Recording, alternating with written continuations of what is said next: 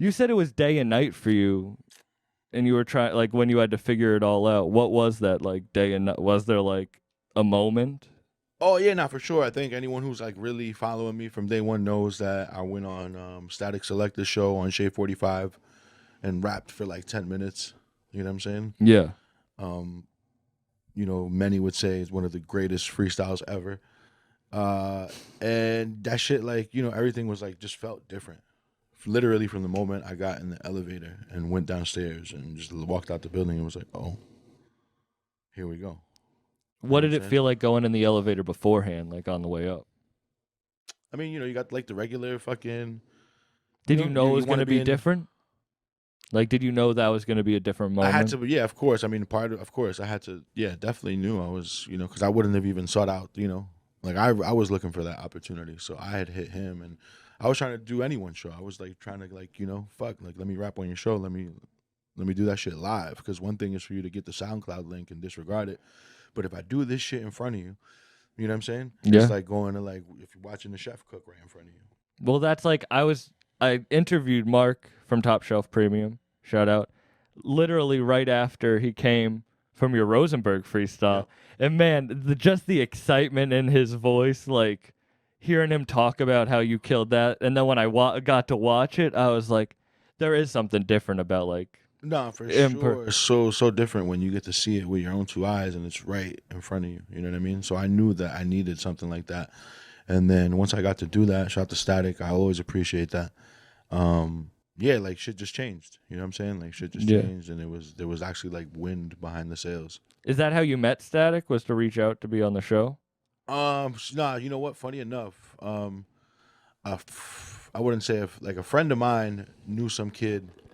A friend of mine that I used to rap with back in the day, my dog Jacob, some kid that he knew, I guess had reached out to me and was trying to like, he was like a weird dude. His name was Duff Rob, super weird dude.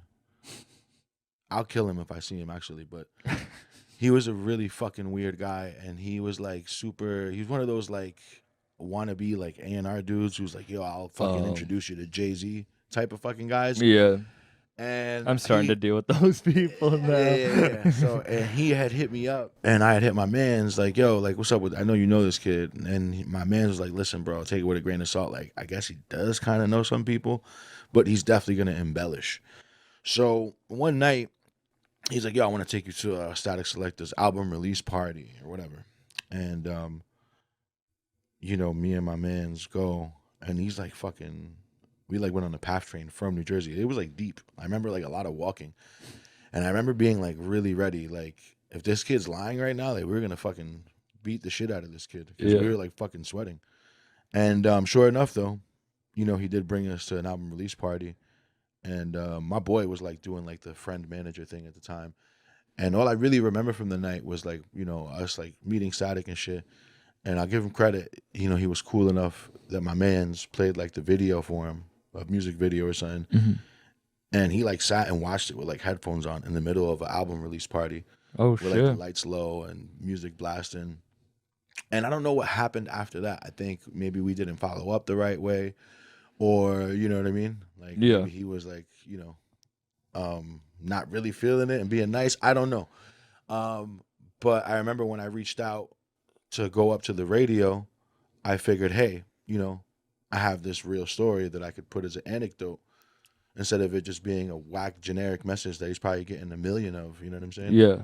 It was like, yo, hey, I met you at the Population Control album release party and, you know, you fucked with my video. Yeah. I don't know if that made a difference, but I thought it was, you know, a neat thing to include in there. No, that's the real thing.